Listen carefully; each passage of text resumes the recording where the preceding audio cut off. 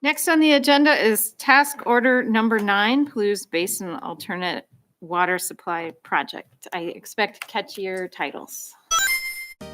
How's it going, y'all? Aiden Anderson here with the Moscow Minutes. I'm not in the studio today, but I've got a report for you all the same. Julia Parker subbed in as acting mayor this past Monday, with Mayor Art Bethke being absent. While it was a lighter week in meetings overall, there's some important things to unpack. In my time watching Moscow City Council meetings, you don't get a lot of repeat customers when it comes to public comment. That said, if you've watched some of our previous videos, you may recognize this man named William, who came to speak to the City Council this week. And again, based on our previous videos, you might be able to guess what he talked about. Let's take a look. Hi, y'all. My name's William. I live here in Moscow, Idaho. I'm the owner of Shagets Bagels. We just started the farmer's market. Everything's going great. I would love to talk to you about that, but unfortunately, we have some terrible people in this town again. I want to see a show of hands here. How many people in this room heard about the firebombing attack of the Jews in Colorado? Anybody? One person in the crowd? 2, 3, 4? Okay. Yeah, so nobody knows about it. I posted about this and multiple times, and everyone in this community is complicit in quietness. Nobody comments. Nobody says anything. You know, I want you to understand that, does anyone even know the names of the two Israeli peace activists that were murdered in DC? Their names are Sarah and Yaron. You know, and there are people in this community, specifically the Palouse DSA, a particular leader by the name of Christian Lamprecht, that has been going after me repeatedly. I'm in the process of filing right now a civil suit against him and possibly the DSA, because they literally called me and my business genocidal baby killers, just because we've got Israeli friends and family members. You know, and I want to be very clear. You know, the group that the DSA the Palouse DSA is connected to the PSL, the Party for Socialist Liberation. The Party for Socialist Liberation literally said that the attacks of those two people in DC were justified. They glorified in their murders. They glorified in the fact that a 84-year-old hostage, or Holocaust victim, was burned with gasoline. You know, and you know what both people scream? Free Palestine. What is that freeing? It's not freeing anything. Everyone in this community, I'm not going to be, I'm really hesitant to this because I don't want this with my business because it's separate from this, but 90% of this community are completely ignorant to what is actually going on in the Middle East, and they're perfectly fine telling Jews like myself in this community that they know better than us. It is horrible. It's been 600 days of gaslighting, and it's by people in this community, and you know, Jews like myself have been screaming that the Intifada is coming. The Intifada is coming. And we've all been, oh, you're overreacting. No, stop gaslighting Jews like me. Like, it is here. It is already here. Students in this town are screaming, you know, like, globalize the Intifada. Like, they're here. You know, you know, there's a kid within the Palouse DSA at the library room that literally said, I can't go up and talk to people because I get so angry I might kill somebody. You know, I've had to go to the University of Idaho and tell them this. I've had to go to police and nobody does anything. You know, like, the extremism is here.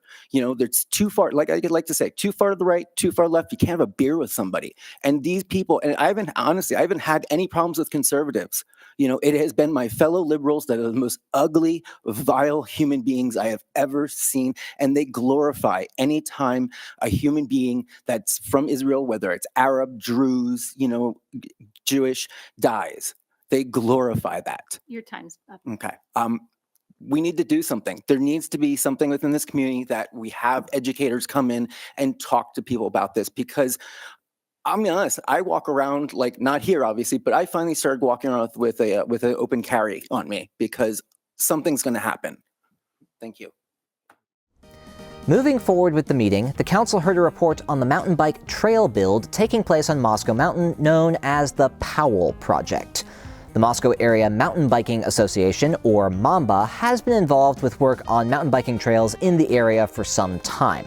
This current project is taking place on Moscow Mountain on an area of city land known as the Powell Parcel. Most of Moscow Mountain is private land, but the Powell Parcel was donated to the city in 1941 to be used for recreational or watershed purposes.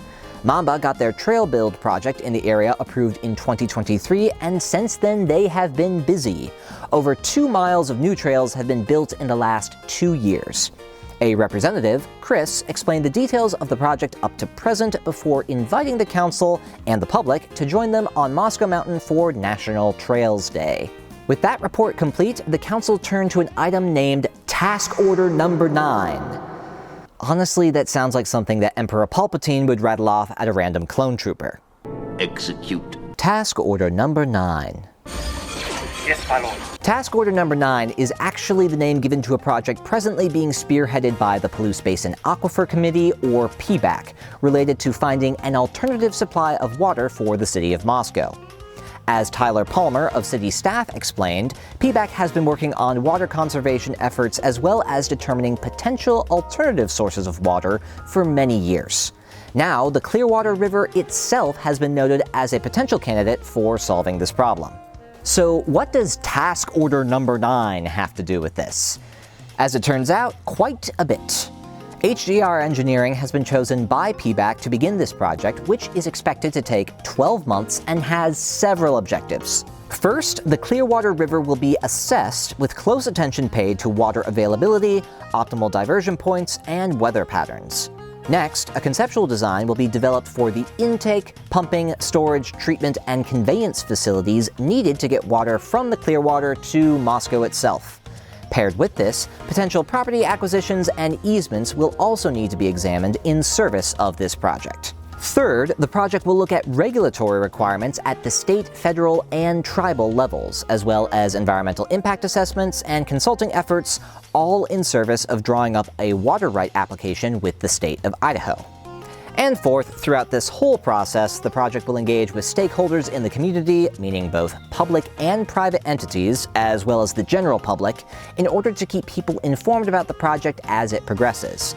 Efforts will also be taken to collaborate with the Nez Perce tribe. Now, you might think, whoa, that's a ton of stuff packed into one single action item. And you would be right. That said, this entire project is primarily concerned with discovery. The city isn't committing to the Clearwater River as its new water source completely, at least not yet. Task Order Number 9 is a way to aggressively explore the feasibility of this alternative before any construction or infrastructure expansion takes place. It would also probably help to clarify that the city isn't paying for the bulk of this, at least not directly. The Idaho Water Resource Board, a state-level body, has committed $182,500 to the project. So, on the whole, it would appear that the direct hit to the city's wallet for this particular project is pretty light. And with all those details hashed out, the City Council approved Task Order Number 9 unanimously. Bill Belknap presented on the last item of the night, which was a proposal for changed summer hours for the city business offices. The city, of course, provides a number of different services, with some being provided through the city business offices. That said, city staff has apparently asked about changing the open hours for city offices during the summer months. Belknap outlined a proposed pilot period to test these new open hours and then get feedback from staff and from the public. Running from June 30th to August 22nd, the new city office hours would be from 7 a.m. to 5:30 p.m. from Monday through Thursday. The council expressed interest in the idea with a general emphasis on making sure proper feedback is collected throughout the summer hours runtime. Ultimately, they approved the pilot proposal unanimously. That's what I got for y'all this week. Work schedules, water, and William. This might not have been the most packed week, but as you now see, there are big things going on. As always, we'll have the relevant links posted with this video, and if you have any questions, please reach out. I'm Aiden Anderson with the Moscow Minutes. We'll see you next time.